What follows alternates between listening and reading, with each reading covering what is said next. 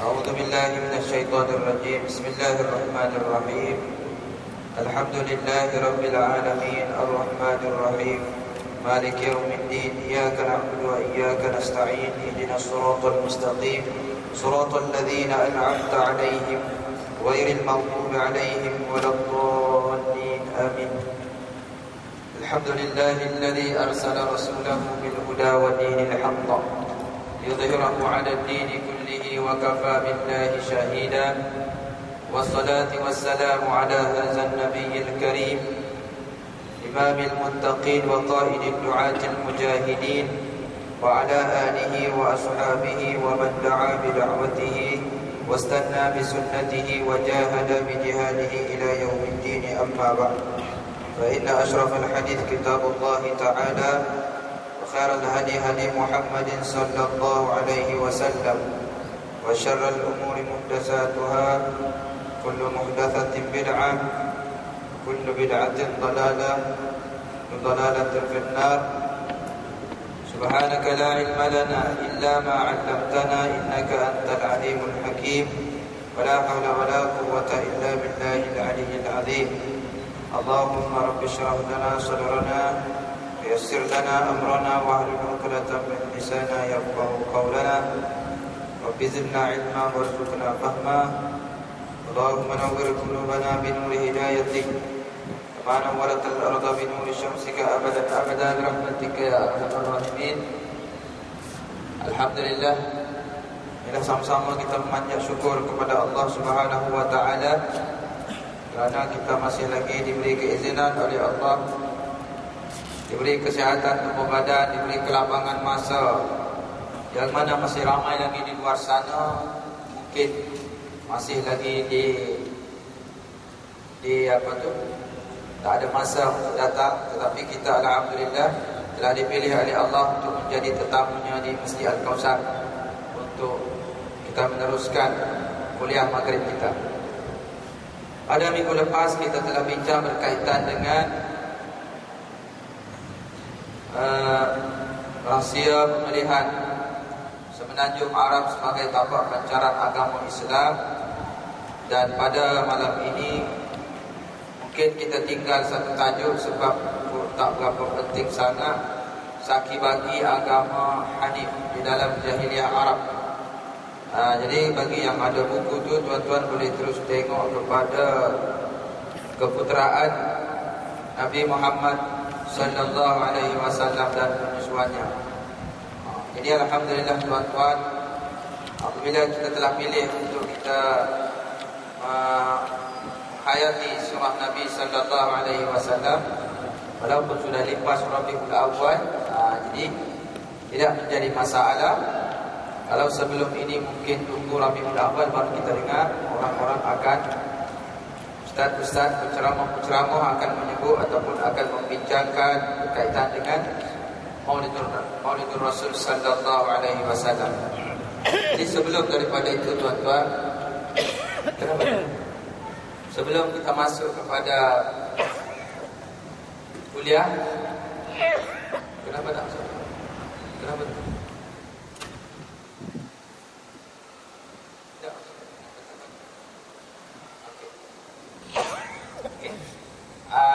Suka saya nak menarik perhatian terhadap beberapa isu sebab saya rasa perlu untuk kita fikirkan bersama, yang mana sibuk ataupun bising di media sekarang ini berkaitan dengan ideologi ataupun berkaitan dengan satu fahaman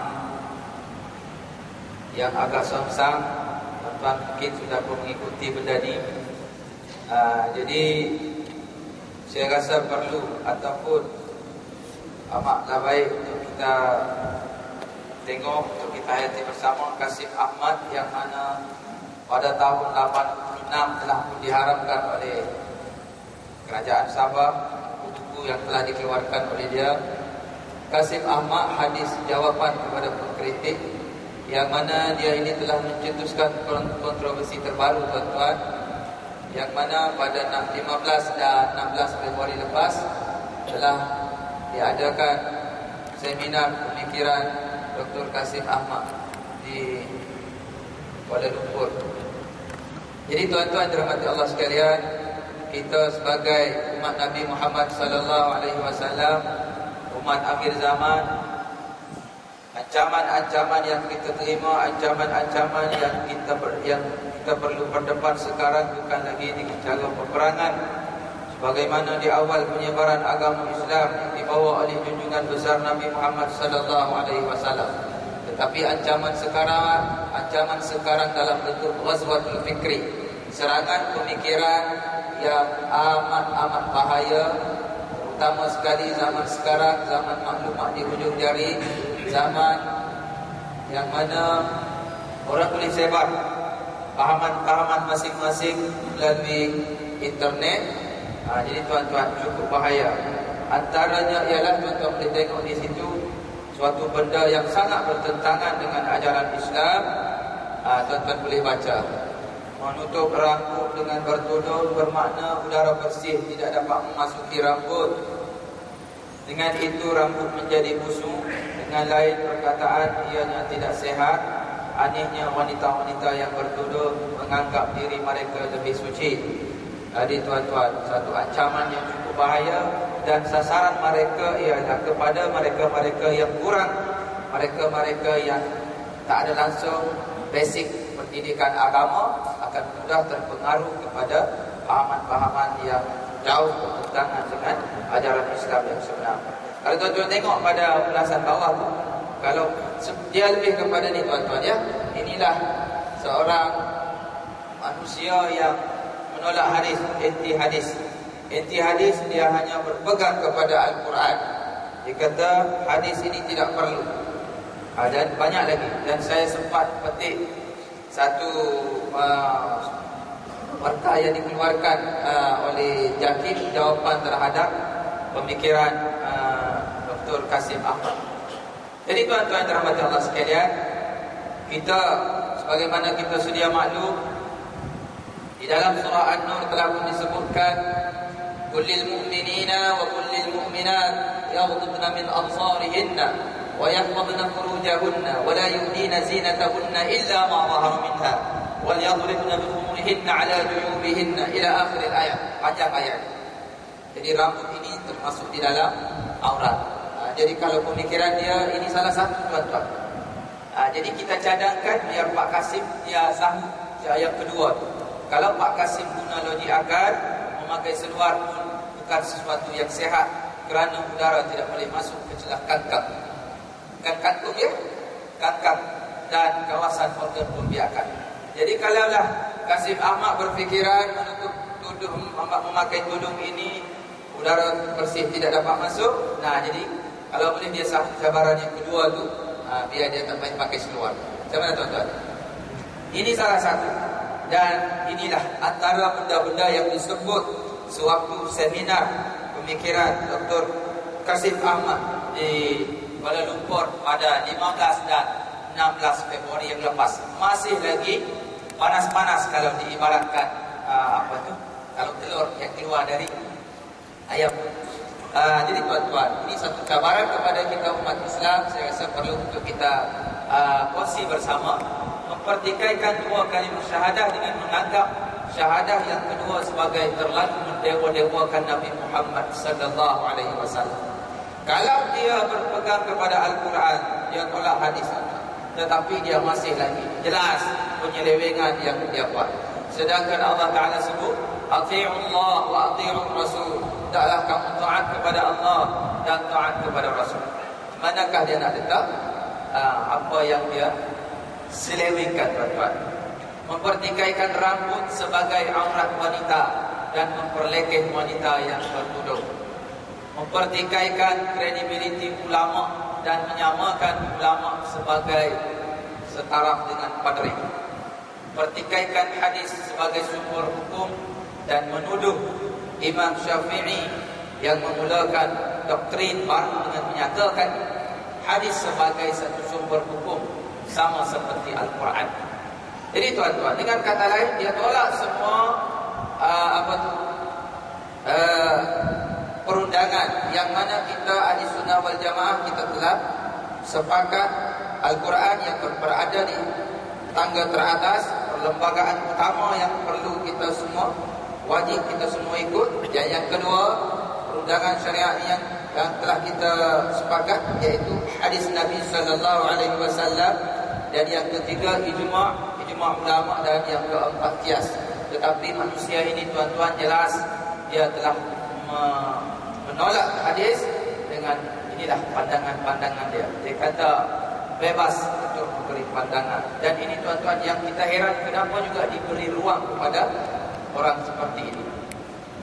Mentafsirkan semula Al-Quran berdasarkan logik semata-mata dan menolak tafsiran ulama-ulama terdahulu. Mengiktiraf Quds 19 oleh Rashad Khalifah. Ini pun tuan-tuan ibu juga dulu sebagai orang yang mencadangkan supaya Al-Quran itu ditafsirkan semula. Cadangan membuat surat untuk memohon pihak Kementerian Dalam Negeri menarik semula pengharaman buku-buku tulisan Qasim Ahmad. Nah, jadi sekarang ini tuan-tuan sudah pun, kalau kita tengok di YouTube memang heboh. Dan berpuluh-puluh sudah laporan polis dibuat, dan kenyataan-kenyataan telah pun dibuat. Banyak sudah orang yang memprotes ataupun mempertikaikan. Tetapi yang kita sedih, kenapa juga boleh dibenarkan sehingga berjayanya dibuat satu seminar. Ini tuan-tuan cukup bahaya. Belum kira lagi MIK, murtad MPT, bukan Majlis Perbandaran Tawau, tapi murtad Pantai Timur. Dah tengok tak? Murtad Pantai Timur. Ya Allah tuan-tuan, saya tengokkan sesuatu yang dia masukkan dalam YouTube di dalam bahasa Kelantan. Mungkin tuan-tuan tak faham. Okey, ini cadangan orang yang terlibat secara langsung dalam arena dakwah, yang mana dia antara orang-orang yang selalu keluar di 119 TV Al-Hijrah. Inilah pandangan dia secara peribadi. Dan kita bertuan-tuan, kalau boleh kita biar pegang dengan isu-isu ini, sekurang-kurangnya kita tahu dan kita nasihat ataupun kita sampaikan kepada mereka-mereka yang masih lagi sibuk dengan urusan dunia dan tidak mempedulikan sensitiviti umat Islam yang telah pun dicerobong, yang telah pun dikhianati oleh musuh-musuh Islam dengan berbagai-bagai cara. Ya. Selain pihak berkuasa, saya mencadangkan para Habib yang banyak pengaruh buat hubungan dengan menteri-menteri, lagi aktif menjuarai majlis-majlis berselawat. Kita ni Tawau belum lagi ya, Tawau berselawat. Yang kita tu sudahlah, tapi Habib yang dulu mungkin yang secara besar-besaran macam seperti mana yang dibuat di masjid di Stadium Darul Aman tu, mungkin kita belum lagi. Tetapi apa yang diharapkan supaya para Habib ini memainkan peranan segera membantah Qasim Ahmad dan cucunya yang mendakwa 2 kalimah syahadah, yang memasukkan Rasulullah sebagai salah kerana terlalu mendewakan Nabi Muhammad sallallahu alaihi wasallam. Jika itu pun salah, tentulah Qasim sangat benci lafaz-lafaz selawat. Jadi secara tidak langsung tuan-tuan, jangan kita fikir panjang. Apa yang dibawa oleh pemikiran Qasim Ahmad ni terang-terang bercanggah, terang-terang sesat tuan-tuan. Benda ni benda lama, tahun 80-an, tetapi ditimbulkan balik. Setelah mana lama sudah dia berdiam, tapi sekarang timbul balik. Dan apa yang kita bimbang, dia masih lagi dengan ini. Sebab kalau tuan-tuan baca dalam beberapa tajuk ataupun carian di YouTube tu, dia kata dia sudah jumpa jalan kebenaran. Tetapi apa yang dia tulis tuan-tuan, benda inilah benda yang menolak kepada hadis Nabi sallallahu alaihi wasallam, dan dia hanya cakap dia ikut Al-Quran, tetapi jelas menyimpang. Semoga para Habib menggunakan networking baik mereka dengan pemimpin politik kerajaan untuk bertindak, dan itulah kita sepatutnya apa yang kita harapkan.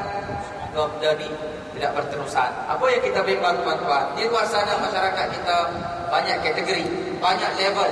Mereka yang kurang pendedahan berkaitan dengan ilmu-ilmu agama, sudah tentu mereka akan menerima, menelan bulat-bulat.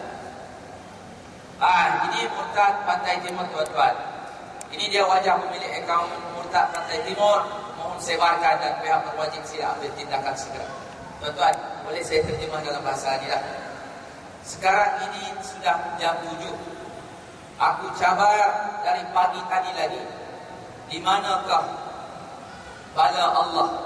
Belum sampai lagi. Apakah yang Allah, apa binatang? Ya, kalau bahasa Kelantan ni senang, tapi kalau nak terjemah bahasa ni susah sikit. Allah tu buat nanti apa? Jadi seolah-olah bahasa yang amat kesak lah tuan-tuan. Senyap tupah. Maksudnya senyap apa tu? Kami kalau bahasa Kelantan senang. Senyap tak ada. Senyap. Jadi memang betul. Itu saya tak sanggup, tak perlu baca dah, tuan-tuan tengoklah. Dia cakap kemaluan dia lagi berkuasa daripada kuasa Allah. Saya rasa zaman sekarang mungkin tuan-tuan dah tengok benda ni. Tetapi setakat mana sensitiviti kita? Adakah kita anggap, kita menjas, kita WhatsApp dengan kawan-kawan, hanya sekadar itu? Saya rasa jangan hanya itu, tuan-tuan. Doalah supaya Allah Ta'ala turunkan ataupun bagi hidayah kepada manusia ini. Dia ini, tuan-tuan, latar belakang agama dia di antara pelajar terbaik SPM tahun 90. Pelajar terbaik SPM, tetapi mendapat pendidikan di Singapura. Tak lagi dia sambung bagaimana, tetapi dia telah murtad dan dia mencabar. Yang cukup saya rasa tersentuh, yang cukup mencabar di umat Islam, satu naskah Al-Quran diletak di dalam lubang tandas. Lubang tandas dia buka, dia letak, dimasukkan dalam tu. Dia cakap patutlah dia tak boleh nak tu. Dia cakap ada najis yang besar dalam. Najis yang dimaksudkan ialah naskah Al-Quran. Jadi tuan-tuan, inilah benda yang patut kita sedari bersama. Manusia-manusia yang asalnya beragama Islam tetapi menukar agama murtad, sedangkan hadis Nabi jelas begini, man baddala dinahu faqtuluh. Barang siapa yang menukarkan agamanya, bunuhlah dia. Tapi undang-undang kita, fikir-fikirkan. Bulu kemaluan aku lebih berkuasa daripada Allah. Allah pun tak mampu nak turunkan bala kepada aku. Tuhan bodoh itu pun kamu sembah. Ini tuan-tuan, bismillah wa ni'mal wakil. Ini manusia tak tahulah. Jadi untuk kita doakan mudah-mudahan dia dapat hidayah. Jadi ini satu hal, tuan-tuan. Dan berkebetulan kita mempelajari sirah junjungan besar Nabi Muhammad SAW. Jadi saya rasa amat sesuai untuk kita sebut benda ni supaya kita semua sedia maklum dan buatlah apa yang patut. Paling kurang pun kita kirimkan doa dan mudah-mudahan Allah Maha Adil, Allah Ta'ala takdirkanlah apakah yang sepatutnya. Dan banyak lagi tuan-tuan. Ada, kalau tuan-tuan tengok kan, Al-Quran itu dibakar Nabi Muhammad panggang, disalib. Walaupun kartun tuan-tuan, tetapi macam juga yang dibuat oleh Denmark tu kan, kartun karikatur menghina Nabi SAW. Jadi yang dia buat tu, Muhammad disalib, diletak atas satu pemanggang, dan satu naskah Al-Quran itu menjadi bahan bakar, menjadi untuk kasih kuat api. Muhammad panggang dengan Al-Quran yang dibakar. Apa semua ni tuan-tuan ya? Jadi saya rasa benda ni mungkin tuan-tuan boleh buat carian di rumah sendiri. Mudah-mudahan kita peka dan kita mengharapkan pihak berkuasa buatlah sesuatu ya. Dan kita rasa tercabar. Kita mendalami surah Nabi SAW. Dalam masa yang sama ada manusia, ada makhluk yang menolak hadis Nabi SAW dan seterusnya mengeluarkan buku yang boleh menimbulkan boleh menimbulkan tanda tanya, boleh menimbulkan masalah di dalam masyarakat. Okey, kita terus kepada tajuk pengajian kita pada malam ini, keputeraan Nabi Muhammad SAW dan penyusuannya. Okey, sebelum tu saya nak jawab soalan yang ditanya pada minggu lepas. Bila saya buat carian, ada disebut di dalam atlas ni tuan-tuan.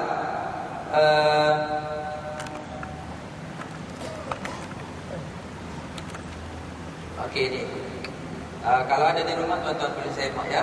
berkaitan dengan sedangkan masyarakat jahiliyah.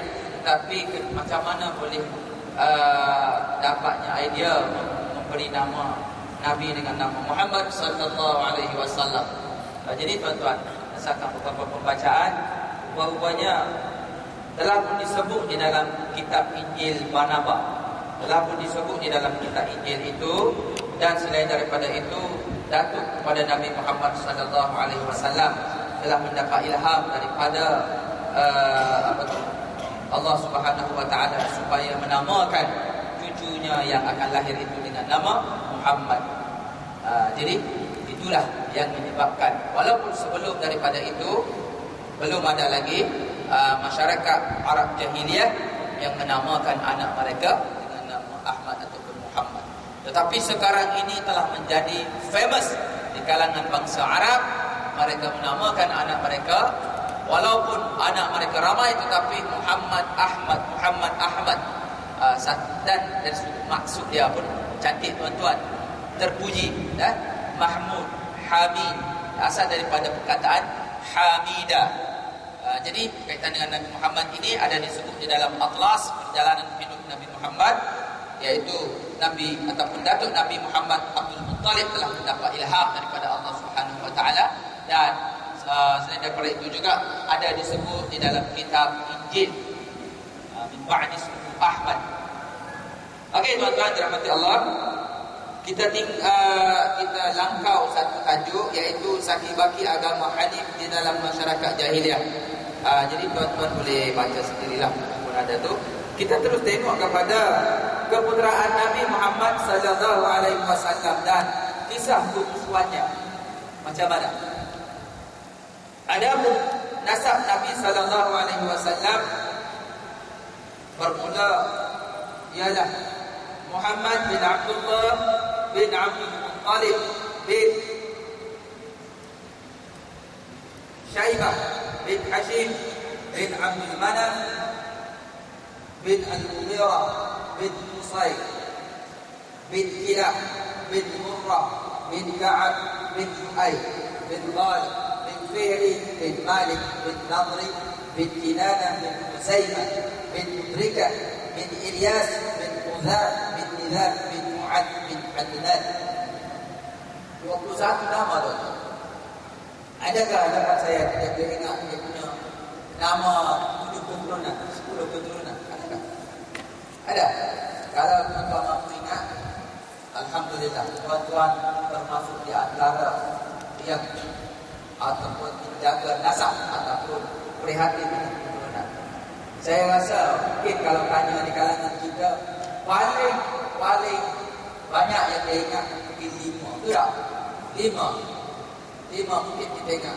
Apa tu? Abdullah bin Abdul apa tu? Mungkin 5 keturunan kita ingat. Tetapi kaitan dengan nasab keturunan ini disebut sampai 21.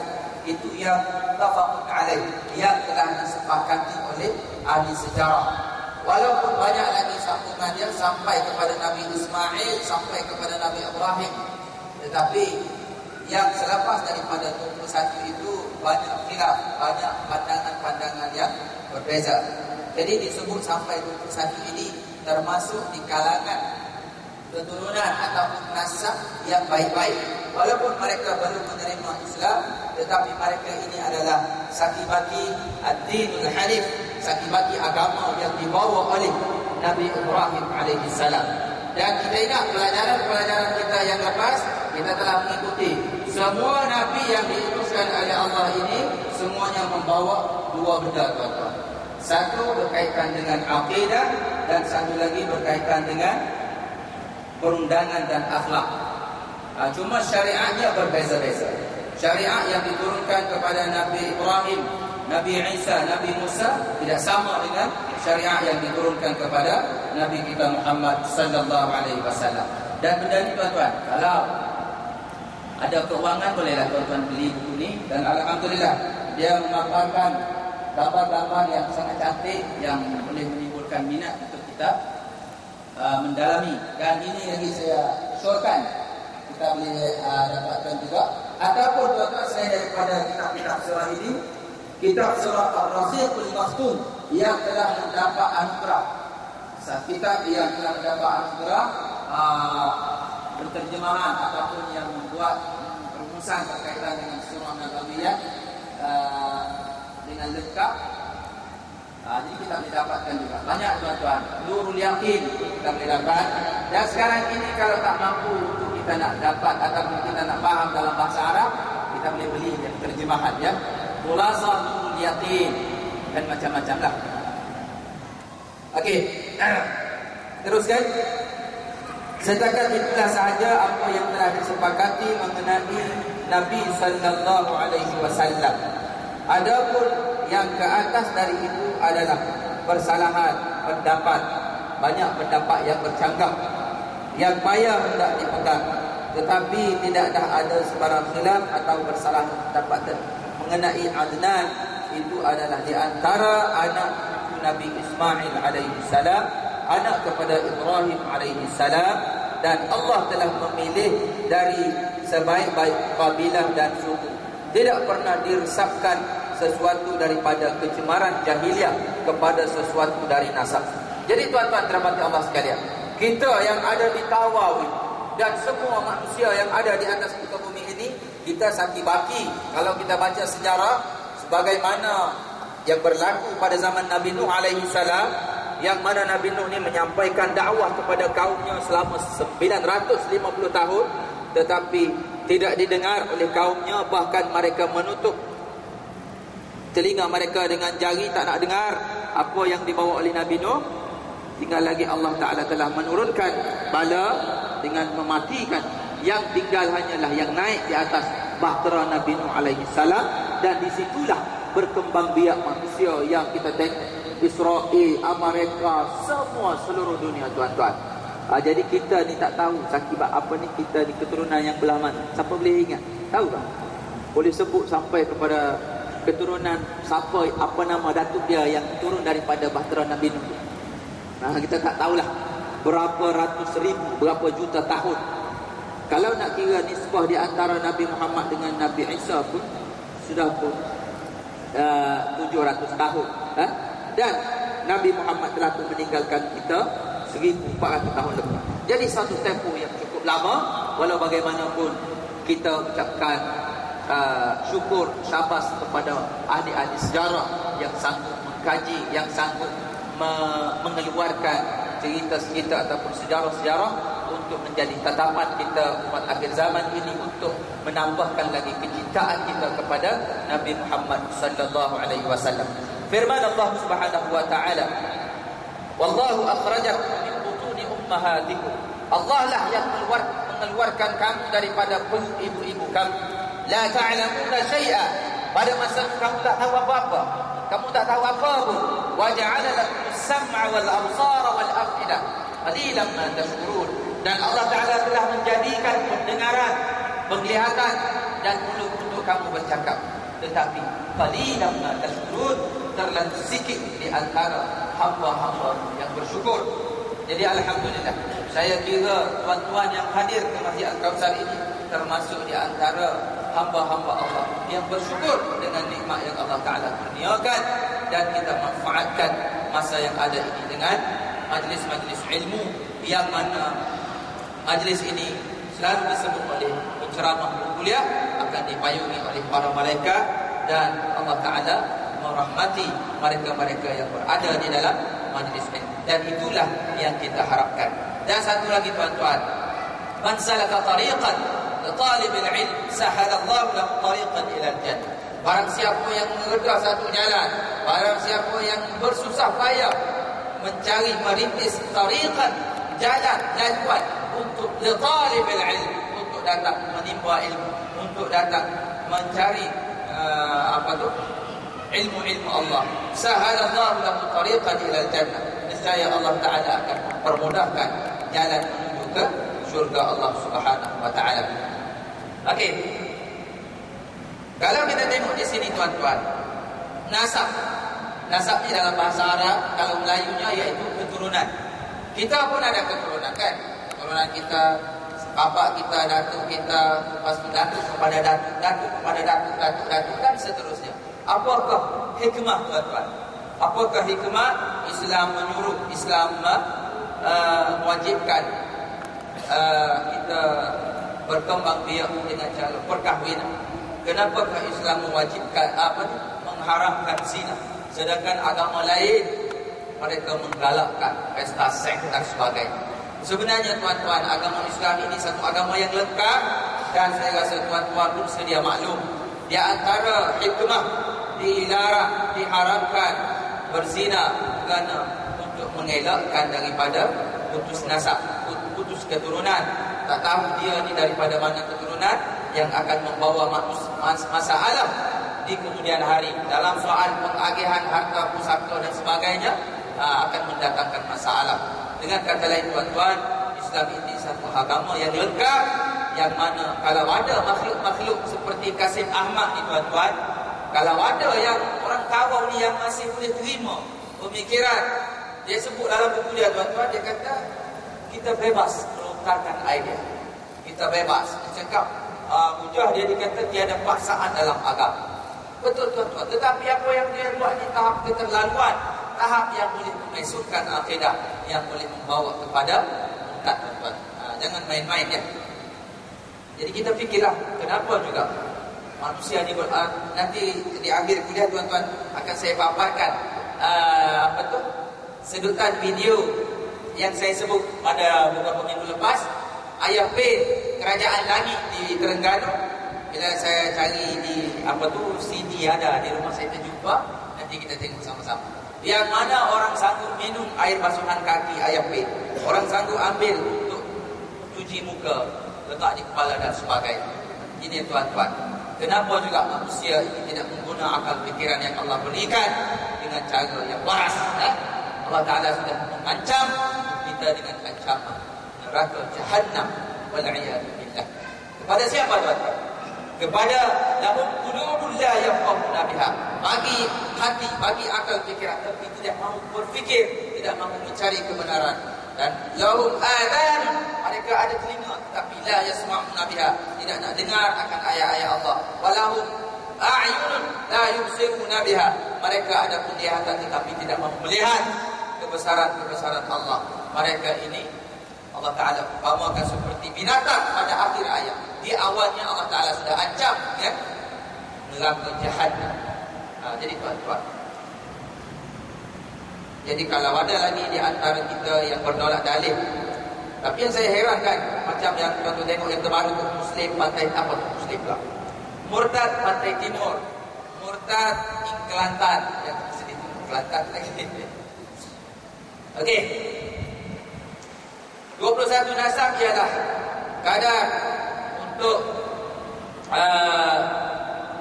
membuktikan bahawa Nabi Muhammad ini merupakan berasal daripada keturunan orang baik-baik, yang mana kalau tengok sebelah bapa dia Abdullah bin Abdul Muttalib, Aminah binti Abdul Wahab, disebut di sini adalah merupakan daripada keturunan Ad-Dinul Hanif, sakibaki agama Nabi Ibrahim. Walaupun di sana Nabi Datuk Nabi dia tidak menerima Islam, tetapi di sana masih ada lagi amalan-amalan yang hampir sama dengan Islam, tetapi mereka tidak menerima ajaran yang dibawa oleh Nabi Muhammad sallallahu alaihi wasallam. Okey. Seterusnya tuan-tuan,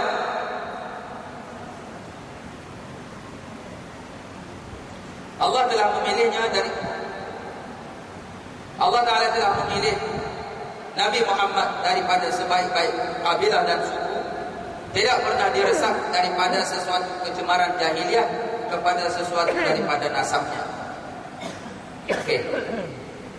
Ini tuan-tuan, kalau kita nak kiaskan, kalau kita nak aplikasikan, kalau kita nak terjemahkan dalam kehidupan kita seharian, dalam soal pemilihan jodoh, hadis Nabi sallallahu alaihi wasallam menyebut tunkahul mar'atu li arba', kahwinilah perempuan itu dengan 4 perkara: limaliha, li jamaliha, li diniha, li nasabiha, kerana harta dia, kerana li jamaliha, kecantikan dia, li nasabiha, keturunan dia, li diniha, kerana agama.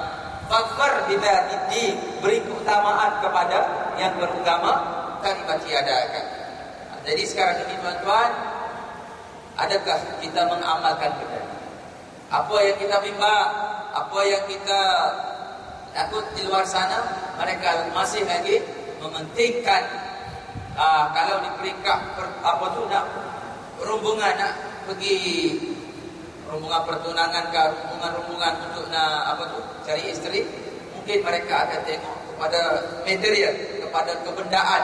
Kalau sekadar pergi dengan kereta pribad, dia cakap sorry lah nak belajar lagi. Tapi kalau pergi dengan Hammer yang nanti betul tu macam kereta kabal, Harrier, benar. Okey lah tu nak, boleh lah tu, ambil sudah, terima teruskan. Jadi kita membelakangkan apa yang Nabi pesan, apa yang Nabi tinggal, apa yang Nabi ajar. Sedangkan Nabi cakap fasfar bila titik, kita pilih yang beragama, insya-Allah yang lain itu akan menyusul. Pada minggu lepas saya ada hadir ke satu majlis pertunangan Bajau Suluk sebelah sana, Hilltop sana. Boleh tahan juga. Tapi saya tak pastilah ada orang Bajau sini kan. Orang Bajau kok kena marah saya.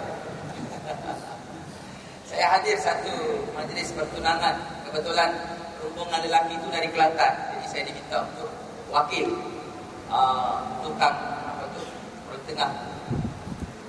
Di sini nampak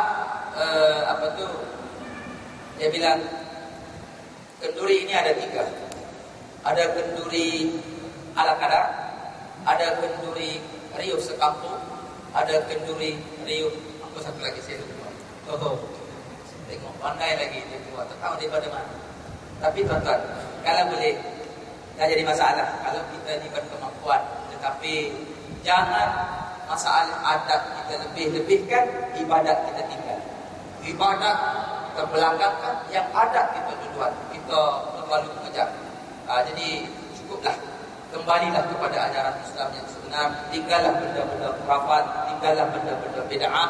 Bid'ah yang saya maksudkan bid'ah yang dhalalah, bid'ah yang menyesatkan, kita tinggal. Dan kalau kita tak faham, kita bertanya kepada orang yang lebih alim. Supaya apa tuan-tuan? Kita semua ni akan menghadap Allah Subhanahu Wa Taala. Jadi kalau boleh kita hari-hari kita cuba hasibu anfusakum qabla an tuhasab. Hari-hari kita muhasabah diri kita dalam seharian ini, apa benda-benda yang Allah suka, apa benda-benda yang Allah larang yang kita masih lagi kita buat. Dibimbangi takut-takut kita dipanggil menghadap Allah dalam keadaan kita tidak bersedia, kita masih lagi langsung kita tidak berselawat kepada Nabi sallallahu alaihi wasallam. Langsung kita tidak beria-ria, kita tak bersungguh-sungguh di dalam nak menghidupkan sunnah Nabi. Jadi ini bimbangi kita termasuk di kalangan orang-orang yang begini. Jangan kira makhluk tadi lah kan. Makhluk tadi itu saya rasa perlu masuk pemulihan akidah. Walaupun dia itu bergelar doktor tuan-tuan, tetapi doktor bukan satu tiket untuk dia nak bagi idea-idea ataupun melontarkan pandangan-pandangan yang jauh menyimpang daripada ajaran Islam yang sebenar. Ini tuan-tuan, selingan ni ini mana tu? Ni sebab apa tuan-tuan? Kalau tuan-tuan tengok, dapat tak? Inilah sebab mana kenderaan anda di dunia. Inilah kenderaan yang akan membawa anda ke alam barzakh. Betul ke tidak tuan-tuan? Inilah kenderaan yang akan kita naik bersama. Cuma jenama mungkin berbeza. Mungkin ada yang jenama Al-Kausar, mungkin ada yang dinama Batu Empat, mungkin ada dinama Hilltop dan sebagainya. Tapi inilah kenderaan yang akan kita naik. Jadi masa ataupun saat kita masih lagi hidup bernyawa di atas muka bumi ini, kita manfaatkan betul-betul. Mudah-mudahan kita termasuk di kalangan hamba-hamba Allah yang biasa peka dengan. Okey, seterusnya tuan-tuan, diriwayatkan oleh Muslim dengan sanadnya sabda Nabi sallallahu alaihi wasallam, "Inna Allah astafa Kinana min walad Ismail wastafa Quraisyan min Kinana wastafa Hashiman min Quraisy wastafani min Bani Hashim." Sesungguhnya Allah telah memilih Kinana di antara anak-anak Ismail, dan dipilihnya Quraisy dari Kinana, dan dipilihnya Hashim dari Quraisy, dan dipilihnya saya dari Bani Hashim.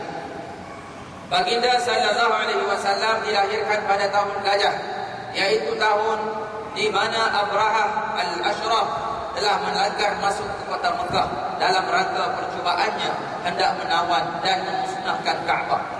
Diceritakan tentang dalam beberapa riwayat, Abrahah ini suatu seorang raja yang sombong, yang bongkak, yang mana dari Yaman. Dia tengok dengan adanya Kaabah di Makkah, di Saudi itu telah menjana ekonomi kepada penduduk Mekah. Dan dia rasa dengki, dia rasa sakit hati, dia rasa ini dia perlu buat sesuatu, tuan-tuan. Ini ada diceritakan dalam beberapa buku. Dia sakit hati dan dia telah merancang untuk memindahkan Kaabah. Ini dirakamkan di dalam suratul Fil, ya. Dirakamkan di dalam suratul Fil, surah gajah.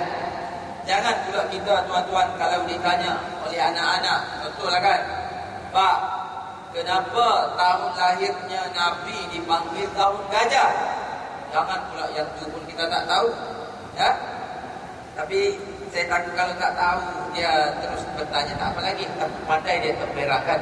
Dia bilang, nah, tahun lahirnya Nabi itu dipanggil tahun gajah sebab bukan tahun kambing. Pandai ya. Cakap sebab bukan tahun kambing, maka tahun gajah. Itu jawaban temberak.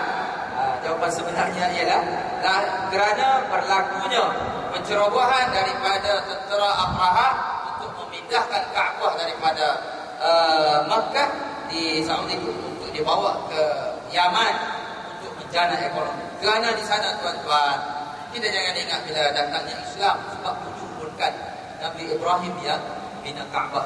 Ad-Dinul Hanif, agama itu pun mereka datang ke Kaabah untuk bertawaf. Tetapi cara sebagaimana yang saya sebut di awal tadi, pensyariatan itu berbeza, dan apa yang mereka buat mereka tambah, dan yang paling kar mereka tawaf dalam keadaan telanjang. Tawaf telanjang, tuan-tuan. Sekarang ada tak? Kalau ada, confirm kena tangkap. Ini bukan orang sehat, bukan masalah. Jadi sebelum tu orang tawaf dalam keadaan telanjang. Jadi cerita tadi, tuan-tuan, Abrahah telah menghantar 700 ekor gajah dengan harapan untuk meruntuhkan dan akan dibina semula Kaabah di Yaman. Maka berlakulah sebagaimana yang diceritakan di dalam suratul Fil, alam tara kaifa fa'ala rabbuka bi ashabil fil. Tidakkah kamu melihat apakah yang berlaku kepada tentera-tentera bergajah? Alam yaj'al kaidahum fi tadlil. Sungguhnya Allah Ta'ala menjadikan tipu daya itu terbalik kepada mereka, atau mereka termasuk di dalam orang-orang yang sesat, yang rugi. Wa arsala alaihim tayran ababil, dan diutuskan oleh Allah Ta'ala burung-burung ababil yang membawa batu daripada neraka. Tarbihim bihijaratin min sijil, dan mereka telah dilontarkan dengan batu-batu itu mengena kepala-kepala ataupun badan mereka. Wa ja'alahum ka'asfin ma'kul, dan mereka menjadi seperti daun-daun yang dimakan ulat. Jadi tuan-tuan rahmat Allah, Allah Ta'ala ini punya kuasa, punya tentera dia di mana-mana. Namrud pun mati dengan seekor nyamuk. Jadi kita jangan action, kita jangan samsing, kita janganlah beralasan. Sudah-sudahlah yang dulu-dulu, yang sebelum ini. Wasari' ila maghfiratin min rabbikum. Ayo kita bersegera kepada keampunan Allah Subhanahu wa taala. Wa jannatin 'arduha as-sama' ila akhir ayat. Okey. Disebut di sini juga, tuan-tuan, namun demikian percubaan tadi telah menemui kegagalan yang amat pahit, di mana Allah Ta'ala telah memutuskan sekumpulan burung ababil mencedera dan memusnahkan angkatan tentera bergajah. Kejadian ini telah diterangkan di dalam Al-Quran dengan jelas, mengikut pendapat yang paling hampir dengan kenyataan baginda telah dilahirkan pada hari Isnin tanggal 12 Rabiul Awal tahun gajah. Baginda dilahirkan dalam keadaan yatim. Ayandanya wafat ketika baginda berusia 2 bulan dalam kandungan ibunya. Setelah lahir, baginda dipelihara oleh datuknya Abdul Muttalib, yang kemudian disusukan kepada seorang perempuan daripada Sa'ad yang bernama Halimah Sa'diyah, Halimah binti Abi Suwaid. Ini adalah pada resam orang-orang Arab di kali itu. Jadi tuan-tuan, antara keberkatan, antara barakah yang berlaku, yang terjadi, tuan-tuan, sewaktu Nabi Muhammad SAW ini diambil oleh Halimatus Sa'diyah, Allah Ta'ala telah menunjukkan kudratnya, telah menunjukkan iradatnya. Unta-unta yang membawa Halimatus Sa'diyah pergi ke perkampungan untuk ambil Nabi itu, tuan-tuan, bila dipantunya Nabi, terus unta yang kering, unta yang kurus, unta yang, sebab waktu kemarau yang bersangatan, unta-unta pun semuanya lemah lenglai, tetapi antara barakah, terus unta itu jadi sehat dan boleh berjalan dengan laju sehingga boleh memintas ataupun boleh mendahului kumpulan-kumpulan yang datang untuk mendapatkan anak-anak untuk disusu. Dan tuan-tuan, selain daripada itu, Halimatus Sa'diyah pun dia punya dada dia punya telah mengeluarkan susu yang banyak, dan hasil ataupun kebun-kebun Halimatus Sa'diyah pun telah berbuah, semua subur dan sebagainya, tuan-tuan. Ini banyak diceritakan dalam Sirah Nurul Yaqin pun ada, banyak-banyaklah, dan benda ni pun saya rasa tuan-tuan pun sudah pun selalu mendengar benda ni. Okey. Apa yang berlaku, tuan-tuan? Sewaktu rundingan tentera Abraha, dia bukan pergi ceroboh terus. Berlaku rundingan dengan tentera Abraha, Abdul Muttalib datang kepada Nabi sallallahu alaihi wasallam, pergi berjumpa dengan ketua tentera Abraha tadi, dan dia ingatkan tu. Tetapi apa yang berlaku ialah Abdul Muttalib datang, bukan dia nak mempertahankan, cuma dia jawab tu, jawapan dia, walaupun dia tak terima Islam, tuan-tuan. Ini benda yang kita kena fikirkan bersama. Dia jaga, bila Abraha cakap, aku akan meruntuhkan Kaabah, lantas Abdul Muttalib jawab, fa inna lahu rabban yuhmad. Sesungguhnya Kaabah ini ada Tuhan punya, ada penjaga. Walaupun dia tak ikut ajaran yang dia bawa, tetapi dia yakin, dia cakap Kaabah ini ada penjaga dia. Jadi aku tidak mampu untuk lawan kamu dengan kekuatan tentera-tentera bergajah, yang mana, tuan-tuan, gajah ini bukan daripada negara-negara Arab. Diceritakan dalam beberapa riwayat, gajah yang dibawa khas daripada Afrika, gajah yang selain daripada negara Arab, untuk meruntuhkan Kaabah pada masa tersebut. Fa inna lahu rabban yuhmad. Sesungguhnya Kaabah ini ada penjaga dia. Jadi aku serah kepada dia. Terpulanglah pada kamu, aku buat. Jadi apa yang berlaku memang betul, Allah Ta'ala menunjukkan kuasa. Berbalik kepada isu tadi, tuan-tuan, ada satu makhluk murtad, murtad pantai timur. Apa yang dia buat tu, tuan-tuan, dia mencabar Allah Subhanahu Wa Ta'ala supaya menurunkan bala kepada dia. Dia cakap, apalah Allah Ta'ala ni, nyanyi ke, tak tahu apa-apa. Dia kutuk macam-macam, tetapi dia belum terima apa-apa. Teringat saya kepada satu kisah yang berlaku di Mesir, tuan-tuan. Begitulah, dia pakai seperti berpakaian tetapi bertelanjang, dengan menampakkan bentuk tubuh, dan seorang tua telah tegur, wahai anak, tutup aurat betul, jangan kamu terlalu menunjukkan aurat ni. Dia cabar, dia cakap, nah, ambil telefon ini, telefon kepada Allah, nah, supaya masukkan dia ke dalam bentuk. Maksudnya dia cabar supaya Allah Ta'ala turunkan balik. Jadi, tuan-tuan, sekarang ini kita umat Nabi Muhammad ni, Allah Ta'ala lengahkan, Allah Ta'ala akan balas kemudian. Kalau umat-umat Nabi sebelum ni Allah Ta'ala bayar cash, Allah Ta'ala bayar cash bagaimana apa yang berlaku pada umat Nabi Nuh, apa yang berlaku kepada umat-umat sebelum ini, Allah Ta'ala bayar cash. Tetapi kita umat Nabi Muhammad ini Allah Ta'ala tangguhkan. Dan satu kelebihan yang ada pada Nabi kita Muhammad ialah doa mustajab Nabi kita belum guna lagi. Dan itulah, tuan-tuan, yang kita harapkan. Mudah-mudahan kita semua mendapat ataupun. Jadi untuk terakhirnya kita tengok sedikit sedutan ini sebagai penutup. Dan tuan-tuan buatlah kesimpulan, kalau tuan-tuan sanggup ke tidak. Benda yang tidak masuk akal lah.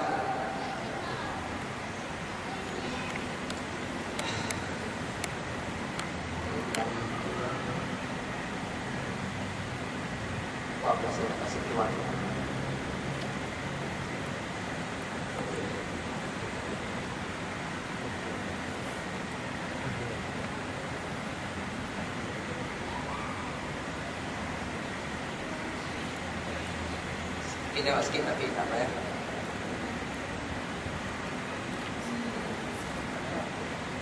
Ada apa?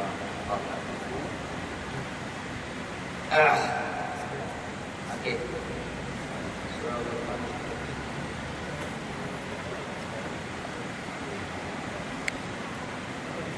Boleh tak dapat tak kepala.